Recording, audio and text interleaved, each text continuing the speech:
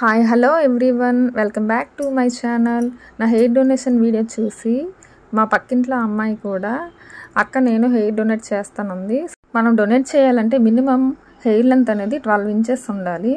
అంతవరకు rubber బ్యాండ్తో secure చేసి తన హెయిర్ని నేనే కట్ చేశాను. అసలు హెయిర్ను కట్ చేస్తే ఏదో తప్పు చేస్తున్నట్టు, పాపం చేస్తున్నట్టు జనాలు ఎలా మాట్లాడుతున్నారంటే, నేను మా పాప హెయిర్ కట్ చేస్తే మాకంటే జుట్టు ఎలానో పెరుగుతుంటే మీరు కట్ చేసేస్తుంటారు అంటారు కొంతమంది. ఇంకొకరు అంటారు ఎందుకు అంత ఉన్న జుట్టుని ఇచ్చేయడం, అదేం పోయేకాలం అంటున్నారు కొంతమంది. ఫేస్ టు ఫేస్ అనేస్తున్నారు. అసలు ఏంటో జనాలు, వాళ్ళు డొనేట్ చేయరు, చేసిన వాళ్ళు అంటారు నేను మంచి కాజ్ కోసమే కదా ఇచ్చాను, అయినా సరే ఇలాంటి మాటలు పడాల్సి వస్తుంది. అసలు ఒక వింతైన అదొక రకమైన మాట కూడా విన్నాను. అదేంటంటే బ్లాక్ మ్యాజిక్ చేసేస్తారంట, చేతబడి చేసేస్తారంట మా హెయిర్ తీసుకెళ్ళి.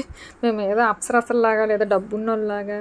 అసలు నాకు అర్థం కాదు. బార్బర్ షాప్లో అలా హెయిర్ కట్ చేసి వదిలేస్తుంటారు, సెలూన్స్కి వెళ్తారు, పార్లర్కి వెళ్తారు, వదిలేస్తారు, ఏవేవో పుణ్యక్షేత్రాలకు వెళ్తారు, అక్కడ గుండు చేసేసుకుంటారు, హెయిర్ కట్స్ చేస్తారు. వాళ్ళందరూ ఏం చేయింది, నేను హెయిర్ డొనేషన్కి ఇస్తే మా హెయిర్తో మాకు బ్లాక్ మ్యాజిక్ చేసేస్తారంట. ఏంటో జనాలు ఏమేమి మాట్లాడతారో అర్థం కాదు. కొన్ని చూసి నవ్వు వస్తుంది, కొంతమంది ఏంట్రా బాబు ఎలా ఉన్నారు అనిపించేలా మాట్లాడుతున్నారు. అసలు మేము హెయిర్ డొనేట్ చేస్తే వీళ్ళందరికీ ఏంటో ప్రాబ్లం నాకు అర్థం కాదు. చిక్కు జుత్తులకి తపేళ్ళు అమ్ముతా, బొచ్చులు అమ్ముతా, గిన్నెలు అమ్ముతా అంటే వాళ్ళకి మాత్రం కవర్లో దాచి సంవత్సరాల కొద్ది దాచిపెట్టి మరీ జుట్టుని అమ్మేస్తుంటారు, అమ్ముకుంటారు కదా, డబ్బులు వస్తాయి కాబట్టి వాళ్ళకేం పర్లేదు. మేము హెయిర్ ఫ్రీగా కట్ చేసి డొనేషన్ చేస్తే అందులో ప్రాబ్లం కనిపిస్తుంది అందరికీ. ఎదుటి వాళ్ళ లైఫ్లో తప్పులు వెతికే జనాలే చాలామంది ఉంటారని నాకు చాలా అర్థమైంది. మన పని మనం చేసుకుంటూ వెళ్ళిపోయి హ్యాపీగా ఉండడమే బెస్ట్ అని అనిపిస్తుంటుంది నాకైతే. ఓకేనా, మీలో ఎవరికైనా హెయిర్ డొనేషన్ చేయాలంటే చేయండి.